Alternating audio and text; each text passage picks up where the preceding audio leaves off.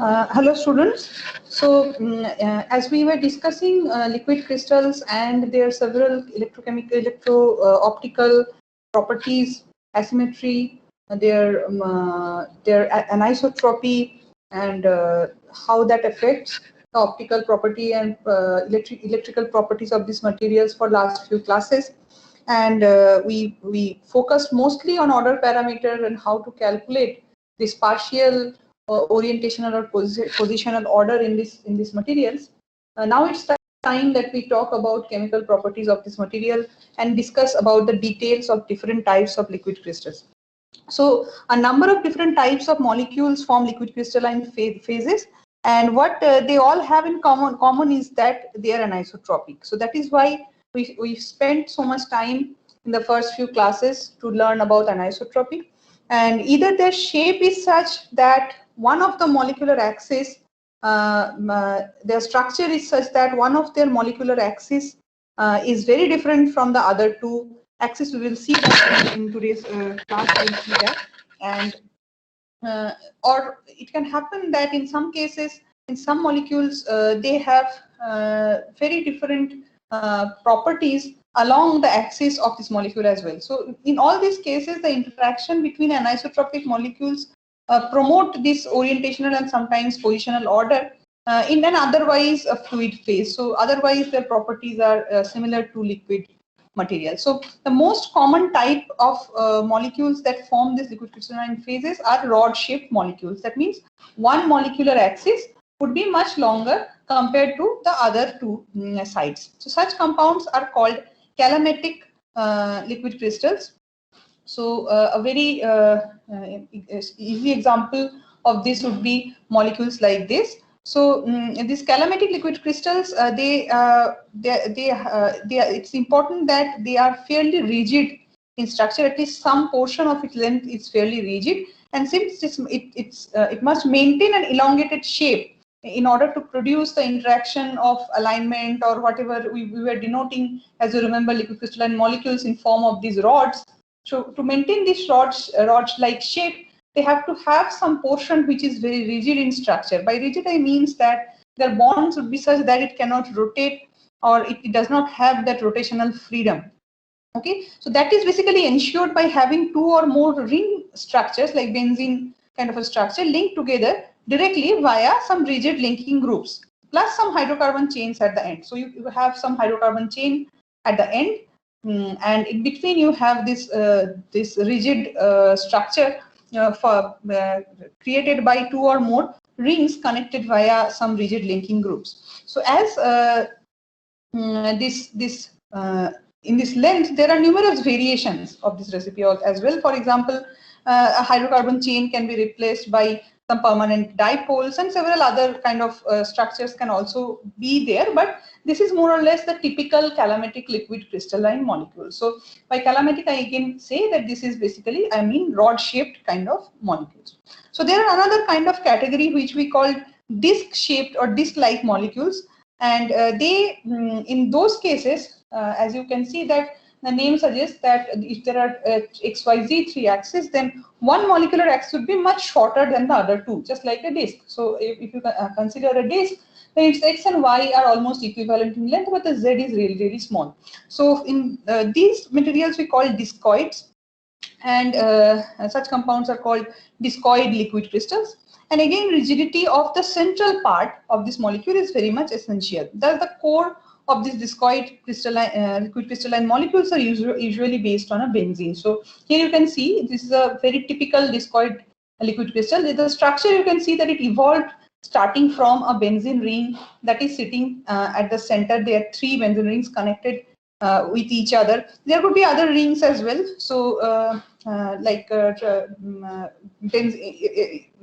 if it's not benzene, then it could be like triphenylene or truxene or some molecules which have 6 to 8 sides chains, just like typical calamatic liquid crystalline molecules on either sides. But at center you will have these kind of ring structures. Okay, so this is just by looking at its structure, you can see that the shape of this molecule is like a disc. Okay, So this is basically the discoid liquid crystalline molecules. A typical example of that would be something like this. So both this calamatic, that is rod shaped, and discotic, that means disc shaped liquid crystals, are also sometimes called thermotropic liquid crystals. So let me just write down it here: thermotropic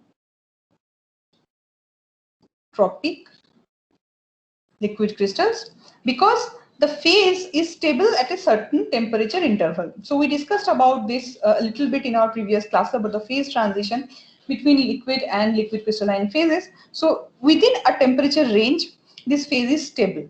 Okay, so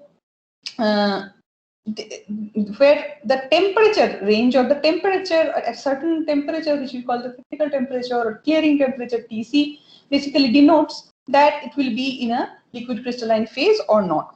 But there are some other kind of molecules as well where this particular phenomena, that it will behave like a liquid crystal or not, does not depend on the temperature, but on something else. For example, where you have a liquid crystalline phase present only if a solvent is mixed with some certain kind of molecules. So that means if it is if you have preparing a solution with certain compounds, then the concentration of the solution is just as important, if not more than the temperature. So the temperature plays a less important role, and there the concentration of this particular solvent in its particular solute in its solvent is very important. So the solution basically controls the concentration of it, is basically controls that it is going to be a liquid crystalline molecule or not. So this entire family where we're talking about these solvents and their liquid crystalline phases, concentration of solutions and all, they are differed or differentiated from the thermotropic liquid crystals, where it depends on the temperature, and we call them lyotropic liquid crystalline phases. Okay. So this is another entire family of liquid crystalline phases. So let us just talk about this particular class a little bit, because we have not discussed much about this. So the recipe of lyotropic liquid crystal molecules is that you have a very specific kind of chemical structure, and the chemical structure is you remember hydrophobic and hydrophilic groups. So in chemistry you have learned that there are some molecules or some parts of a molecule or groups which basically like to be in touch of water. We call them hydrophilic, and some parts of a molecule could be hydrophobic, that they want to stay away from water. So if I have a certain molecule where you have half of it or one side of it is hydrophobic, that it hates water, and the other side is hydrophilic, that it loves water, then we call these molecules amphiphilic molecules. So amphiphilic molecules, and they form very interesting structure in both polar and non-polar solvents. And a very good example is soap. Okay, the regular soap that we use. So that is a very good example of that. Phospholipids are very good examples of that. So let me just show you a typical structure of this kind of soap molecule. So suppose we are talking about soap, then you usually have a polar head. Okay, so a polar head group like this. Here it's sodium. Okay, you have a polar head group, that is plus, and this is the hydrophobic part, and you have a hydrocarbon tail as well. Okay, so either the tail or the head could be hydrophobic and the other one would be hydrophilic. That is how this particular kind of materials are chosen. They are amphiphilic. So the word is amphiphilic. Okay, so these kind of materials are very likely candidates for being a lyotropic liquid crystal. And let me show you that how beautiful assembly could be formed by these materials when they are dissolved in polar solvents such as water. So suppose I have a substance where the head is hydrophilic and the tail is hydrophobic. That is, the tail wants to stay away from water. and you put these molecules in water, then what happens is that they create some beautiful structures like micelles. So let me just show you how micelles would look like. They would be something like this. So what happens is that all the hydrophilic parts, that is the heads, they stay outside and the tails are inside, and they kind of create a disc-like structure where the tails are inside and inside is so compact that no water can pass inside. Okay, so they create this kind of micelles. Similarly, they can also create this kind of layers where you can see that if water is inside as well, then this is like a tire kind of a structure where the tails are all packed inside and the heads are protecting them from both sides. Okay, so these kind of structures are called micelles. These are called vesicles. Both these structures are common in case of soap as well as in phospholipid. So this is a bilayer structure, and you can also imagine structures much bigger and much more organized than that, like this, where you have these layers in between which water is packed and layers in between which water is not allowed. So this kind of lipid bilayer structure is very common in biological membranes. So you have read about these ideas in your very initial study of cells, when you study that how the membranes look like. It's a lipid bilayer, and that is basically formed like this. So if these amphiphilic molecules are mixed with some certain kind of solvents, then with the concentration, what happens is, as the concentration increases, they start forming some beautiful organizations, and they give rise to liquid crystal like behavior. So we'll talk about these molecules in detail in the coming discussions. So let us just move on and talk about some other kind of structures that can occur. So this is another interesting structure that you can see, and these are polymeric liquid crystals. So here you have certain rigid parts of the molecule and certain long flexible chains which are unordered. So you have some certain parts of the molecule which is rigid, and by rigidity I again mean that the bondings are such that it cannot be freely moving in any side. So here you must have some solid connections or bonds that it remains its rigid structure, and either side you have tail-like structures which are long and flexible.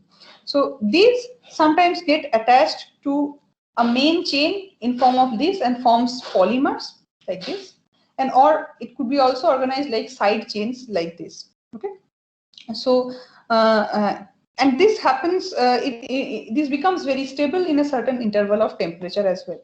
So this kind of polymeric liquid crystal is also another domain of interest, and how they could be formed, how their liquid crystalline properties, their anisotropy, their optical properties can be tuned, is also another area of interest that we will discuss in coming classes.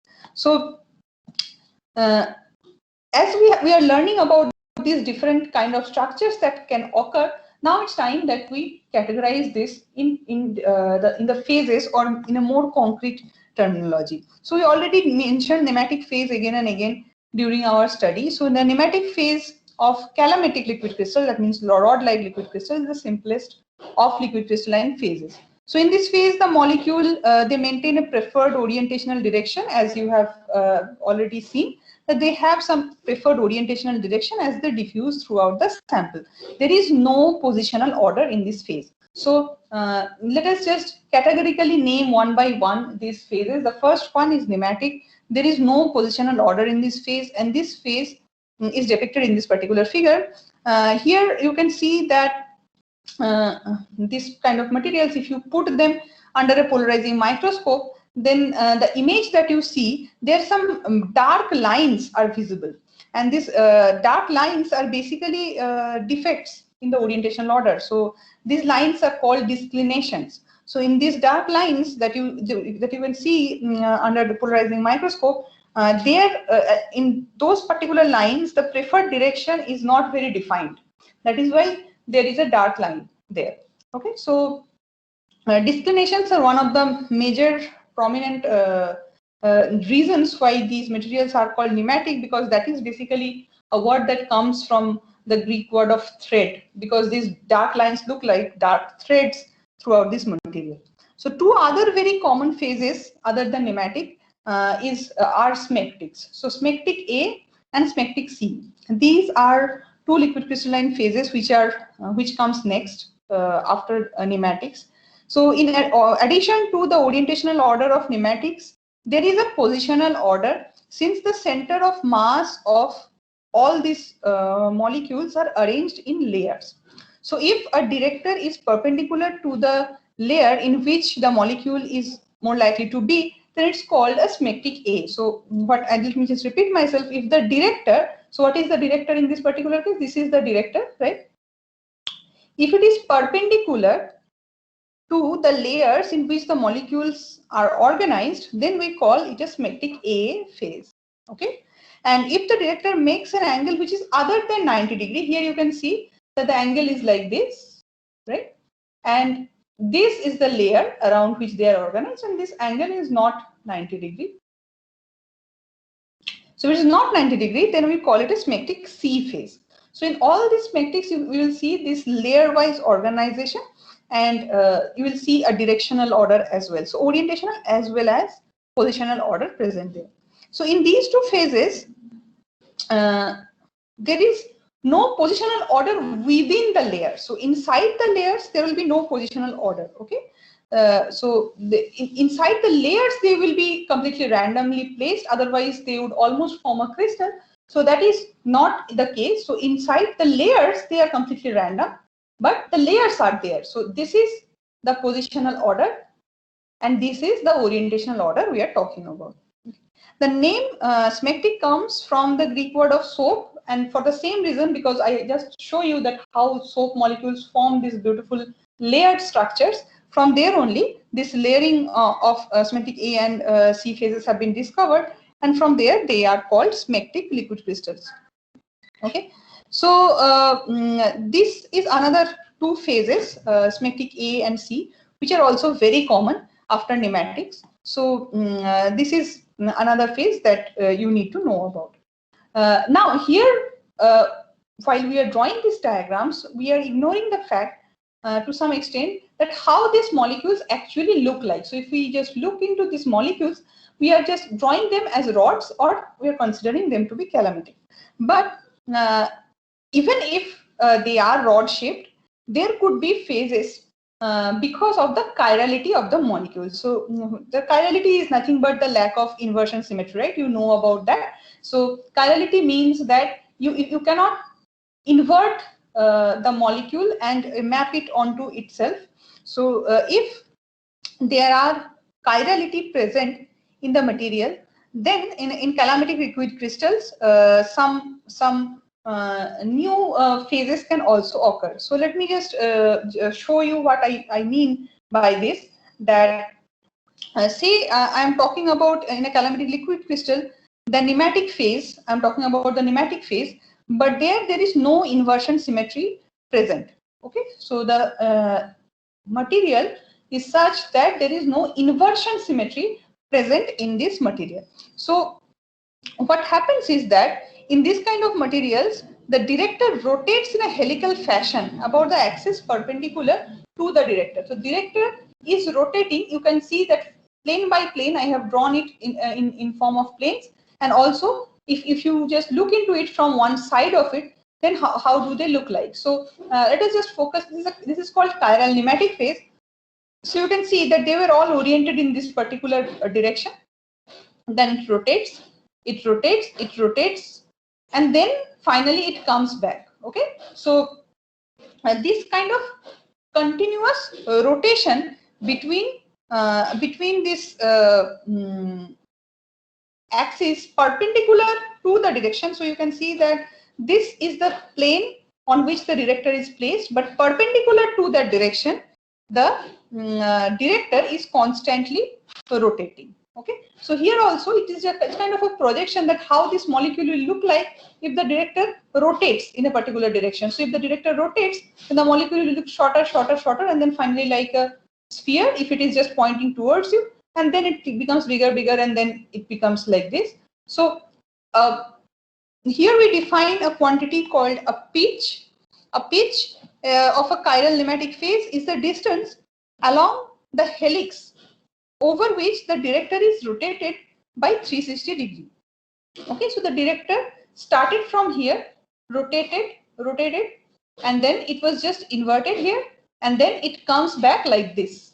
Okay, so when it comes back like this, this entire length, remember it's the distance along which the helix over which the director is rotating, that particular over that helical structure, you draw this pitch by which the director is rotated 360 degree. Now it should be noted that however the structure repeats itself every half pitch, it looks similar here as well. You can see it looks similar here as well, right? Because n hat and minus n hat is also equivalent. So for that it looks similar in a half pitch as well, but this entire length is called a pitch. Now this is an important definition, that what is a pitch, how can you define it, how can you measure it. Optical effects occur when the wavelength of the light in the liquid crystal, suppose you have a liquid crystal and through which light is passing, and you are looking at the anisotropic behavior or the optical properties affecting the propagation of light waves through this material. Now, if the wavelength of the light that is passing through is equal to this pitch, some very interesting things occur, and we will discuss that in very detail when we talk about display technology. So this is something very important, that in case of chiral nematic phases, this pitch, if that is matches this length somehow, because this is a length, and this somehow matches with the wavelength that is passing through, then it gives rise to beautiful optical effect. So what is this length that we're talking about? What is the order of magnitude of this length? It's of the order of 100 nanometers. So it's of the order of 100 nanometers, this length. This pitch in case of chiral nematic phase is very short, and it could be 100 nanometers. And here I must also mention that this particular phase, the chiral nematic phase, is also sometimes called cholesteric phase. So let me just write it down. Cholesteric phase, okay.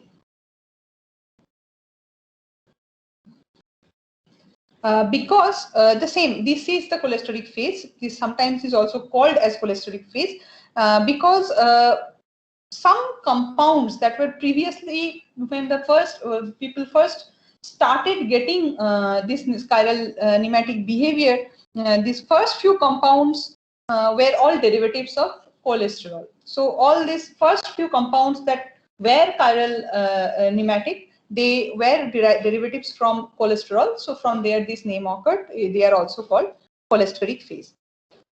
So similar to nematics, there are also chiral version of the tilted smectic phases as well. So in these phases, the director rotates around a cone. So in case of smectics, if I want to define that what is chirality, then there you will see that it rotates by around a cone generated by the tilt of the angle. So as a position along the so if you consider that in case of smectic A and smectic C, if you consider, so smectic A was a perpendicular thing, right? So there the planes and the director are exactly perpendicular. So we're not talking about that. In smectic C, this can happen. So in smectic C, what can happen is that the tilt angle that you are seeing, it rotates constantly on top of a cone.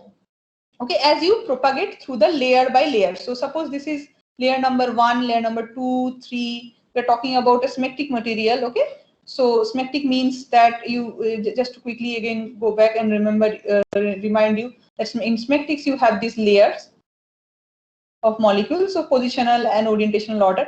If this direction is perpendicular, then we call it smectic A. But if this direction is not perpendicular, say they are rotated like this, so this is the angle, okay, and it's not 90 degree, then it's my symmetric C. Okay. Now, what is chiral symmetric C? Chiral symmetric C would be when this angle continuously changes on top of a cone. Okay. So if it is a cone, then you can remember, you can simply say that the angle remains fixed, right? The angle is not changing because the cone is fixed. So on the surface of a cone, it is rotating, but the direction is changing perpendicular to that. Okay, so it's continuously rotating on top of a cone. Just imagine how the picture would look like, and the pitch will occur exactly the same thing. The pitch will occur when it comes back to its initial condition like this. Okay, so this entire length would be called the pitch of this material, and in case of symmetric C phases, chiral symmetric C phases, the pitch is of the order of 250 nanometers. Okay, it's the shortest that could be observed in case of symmetric C, and that is 250 nanometers. Okay. Now here, let me just introduce you to kind of some representation. Suppose in text, when you read it, sometimes these phases, that these chiral structure phases, are designated by a star or an asterisk or a star on top of the phase, or on the top of the phase name. Okay, so this is how they are differentiated from their non-chiral analog. So for example, I have a chiral nematic phase and I have a nematic phase, and I want to distinguish them in my text or in a book. They are trying to distinguish them. So in case of nematic, they will write it as capital N.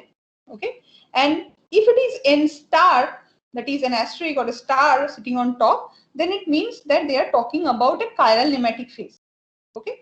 Similarly, if there is a chiral symmetric phase, that will be C star. So here some symmetric C, right? So remember that symmetric A cannot have any chiral phase because it's perpendicular. It cannot rotate on top of a cone, right? Just try to imagine that. Then you will get it that symmetric A will not have a chiral phase like this, but symmetric C can. So in case of in designation in text, symmetric C is denoted by C, and C star is basically chiral symmetric C phases. Okay, so here one thing to be cautious about would be that sometimes in case of a symmetric A phase, there are some phases which are also denoted by A star, and the reason is completely different.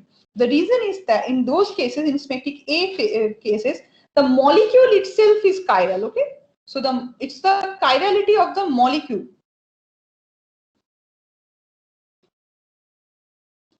So chirality of the molecule, sometimes if the molecule itself is chiral, then it is called A star. Okay, so that is different from these particular two cases. Here the phases itself are chiral phases. Here the molecule with which you are making that symmetric A phase, that is chiral. So just remember that in case of symmetric A, these chiral phases would not be possible. Okay. So let us now proceed and talk about this, come to the disc-like molecules that form a number of liquid crystalline phases. So in case of disc-like molecules, positional order in these discotic liquid crystals display that it shows itself in form of a tendency to arrange themselves in form of a column. Okay, so positional order in case of discotic liquid. So discotic means that where you have these benzene rings sitting in between, and in all directions you have some small hydrocarbon tails, and you have this disc-like structures where x and y directions are almost equivalent, but there is no thickness or in such direction, z direction. So positional order in these cases are basically in form of columns. Okay, so they arrange themselves in columns. This means that in the plane perpendicular to the columns, the molecules tend to arrange themselves in form of a lattice also. So if you see as a cross-sectional view of this, it might look like either rectangular or hexagonal. So this kind of a structure, because they have arranged themselves in form of a column, right? So these columns will be placed here and there, and if you look from top, if you look from here, okay, if you look from here, then the view that you will see would be most of the times they arrange themselves in form of a two-dimensional lattice as well. So this particular phase is called a columnar phase, okay, where the discotics arrange themselves in form of a column. Okay, so now this behavior that we see in case of discotic materials is also seen in case of amphiphilic molecules as well, though those phases are a little bit different. So just let us get back to the amphiphilic molecules that we were discussing, where there were some heads and hydrophobic and hydrophilic parts in the molecules. So this amphiphilic molecules, they also form liquid crystalline phases, which are a little bit different from this calamitic or discotic liquid crystalline phases. So what happens is that as we discussed, that if you put this materials a little bit inside water, because the tails, they hate water, they all go inside, and the heads kind of cover themselves outside like a surface or a shell. They cover the tails. Okay, so as you go on increasing the concentration, suppose you have some water and you are placing this material little bit each and every time step you are adding it. So first they will be individually rotating, okay, then as soon as they will have enough, they will very fast they will form this micelle-like structure. But this micelles, for the low concentration, the micelles or the vesicles would form, but there will be no positional or orientational order as such in themselves, right? So they will arrange themselves like this, but the micelles will not be in any order inside the material. But as the concentration goes higher and higher, the structure changes. So the first example, which is called a middle SOF phase, is this particular phase that I have drawn. It's also called hexagonal lytropic phase. It's also called a middle SOF phase. Okay, so it's called a middle SOF phase. It's a hexagonal phase where you see that this amphiphilic molecules, they arrange themselves in hexagonal arrangement. So these micelles, now as if you can consider them as discs, and they start arranging themselves in form of hexagonal structures. Okay, so this is how gradually order comes into the picture in these materials as well. So this kind of gradually they arrange themselves in a very particular kind of orders and give rise to these hexagonal phases. Now if you increase concentration a little bit higher, then you can also get lamellar phases, which looks like this. So lamellar phases are called neat SOF phases. This is called a neat SOF phase. Okay, so neat SOF phases, and they will there you will have an uniform amount of water separating each of these phases. So this is water, this is water, this is a layer of the side that loves water. That means this is the hydrophilic heads in this side, tails inside. On the other side you again have this hydrophobic tails, then the heads protecting it from water. So this side you again have water. Okay, so this the most interesting thing is that this organization is completely self-organized. No one organizes this. As you go on adding the material inside the water, this structures that you are seeing, that it could be a lamellar structure, it could be an hexagonal structure, that gradually emerges as you go on adding more and more solvents into the material. It can go one step higher and form 3D structures as well. So if you go on adding them, they can form neat spheres where the heads will be all outside and tails inside. But this is not a 2D disc I'm talking about. This would be in form of a sphere where all the tails would be inside and the heads would be outside. Form of a cube, form of a sphere, and then turn into a cubic lattice. All these beautiful structures can emerge out as you can go on adding the material more and more. So you can have this cubic structure, cubic organization of those spheres which are completely formed in this particular form, where the heads will be sitting outside and the tails inside. Okay, so each of these molecules form these spheres, and the spheres then organize themselves in form of a cubic lattice. Okay, so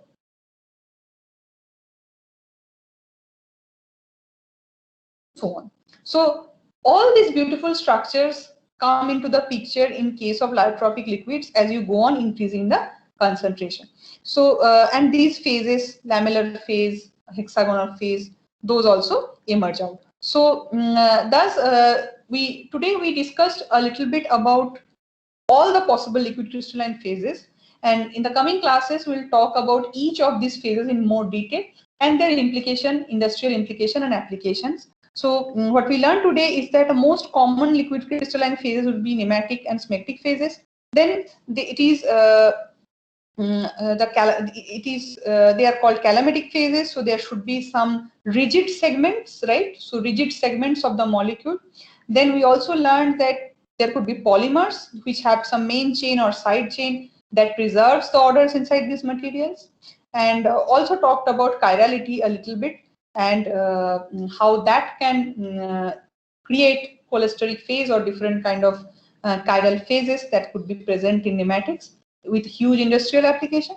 And finally, lyotrophic liquid crystals, where lamellar and this hexagonal phases can emerge. So let us stop here for today, and in the next classes we'll focus one by one on all these phases and discuss on further detail. So let me stop here for today, and if you have any doubts regarding today's discussion, we can meet in the next class and discuss further. Okay, so see you in the next class. Bye.